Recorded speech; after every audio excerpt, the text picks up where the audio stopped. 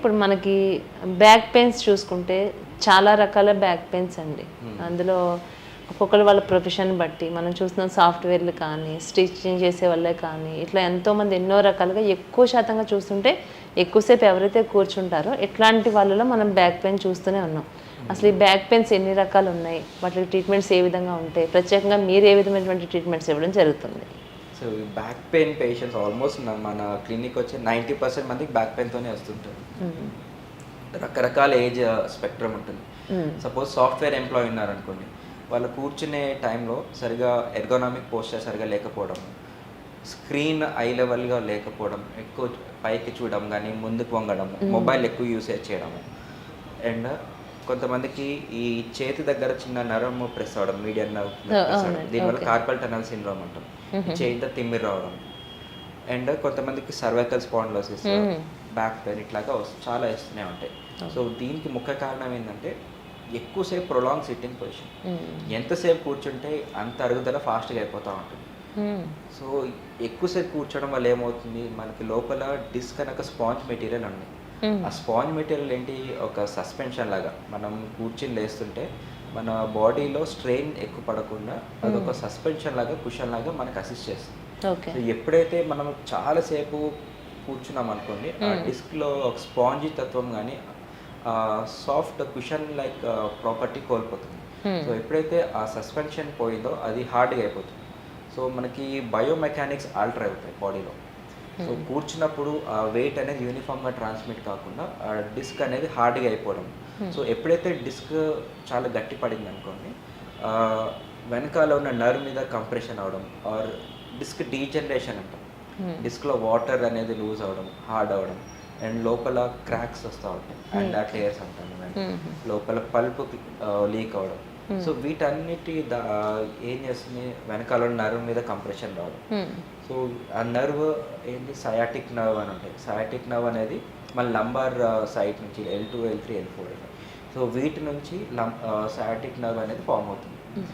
So ఎప్పుడైతే ఈ nerve మీద మనం ఒత్తిడి అయిందనుకోండి, దాన్ని సయాటికా అంటాం. సో సయాటిక్ నర్వ్ మీద కంప్రెషన్ అయితే దాన్ని మనం సిమ్టమ్స్ అనేది సయాటికా అంటాం.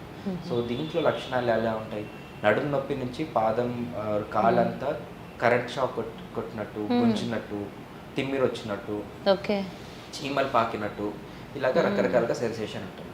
అది స్టార్టింగ్లో ఉంటుంది. అదే మనం నెగ్లెక్ట్ చేసామనుకోండి, కాలంతా బరువు అయిపోవడము, ఆర్ లేపలేకపోవడం, స్పర్శ కోల్పోవడము, అండ్ కొంతమందికి యూరిన్ మోషన్ తెలియకుండా అయిపోవడం, బటెక్స్ కింద స్పర్శ లేకపోవడం. సో ఇవన్నీ మనం నెగ్లెక్ట్ చేసిన కొద్దీ ఇలాగ లాంగ్ టర్మ్ సైడ్ ఎఫెక్ట్స్ ఉంటాయి. సో ఇవి సయాటికా యొక్క లక్షణాలు.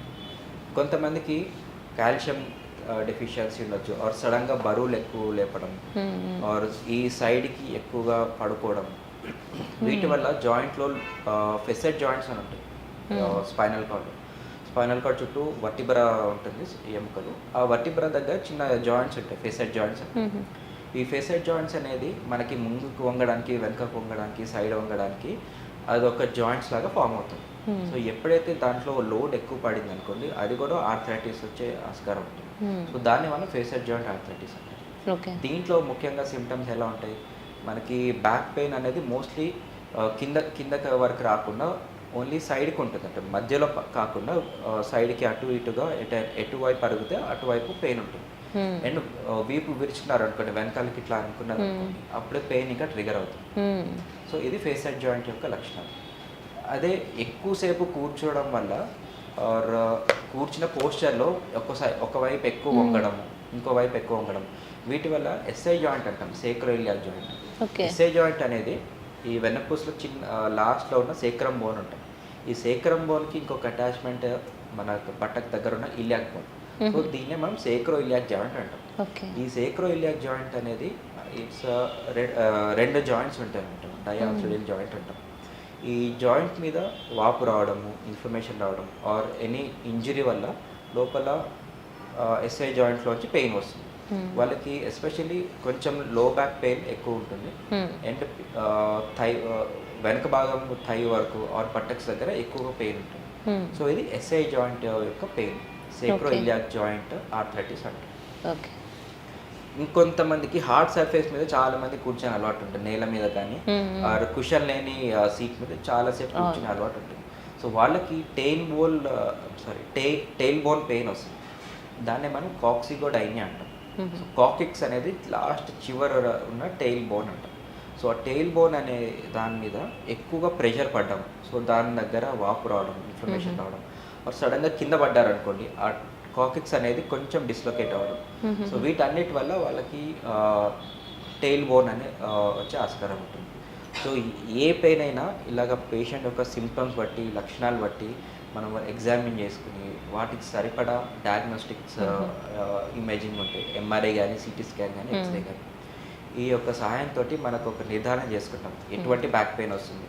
సో వాళ్ళకి మన దగ్గర సర్జరీ లేకుండానే లేటెస్ట్ ఎక్విప్మెంట్స్ అంటే లేజర్ ట్రీట్మెంట్స్ కానీ, రీజనరేటివ్ థెరపీస్ కానీ, ప్రోలోథెరపీ కానీ, or nerve root blocks and disc compression, decompression చేసే థెరపీస్ కానీ, ఇవన్నీ డే కేర్లోనే ఎటువంటి కోత సర్జరీ లేకుండానే ఇంజెక్షన్ ద్వారా కానీ, నీడిల్ ద్వారా చాలా ఫాస్ట్గా రికవరీ అయిపోయి మళ్ళీ తిరిగి వాళ్ళ నార్మల్ లైఫ్కి చేరుకుంటారు.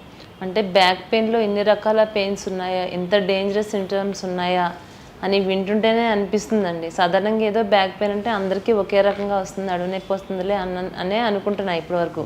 దీంట్లో మనం చేసే చిన్న చిన్న తప్పిదాలే చాలా పెద్ద ప్రమాదానికి దారితీస్తాయని కూడా అర్థమవుతుంది. ఇప్పుడు ఎగ్జాంపుల్ చెప్పారు, మనం కూర్చునే విధానంలోనే దాన్ని కంటిన్యూటీగా వన్ సైడ్ కూర్చున్నా, దాన్ని మనం కంప్లీట్గా బ్యాక్ కూర్చునే విధానంలో కూడా చాలా రకాల మార్పులు చేర్పులు మనం చేసుకోవాల్సి ఉంటుంది అంటారు.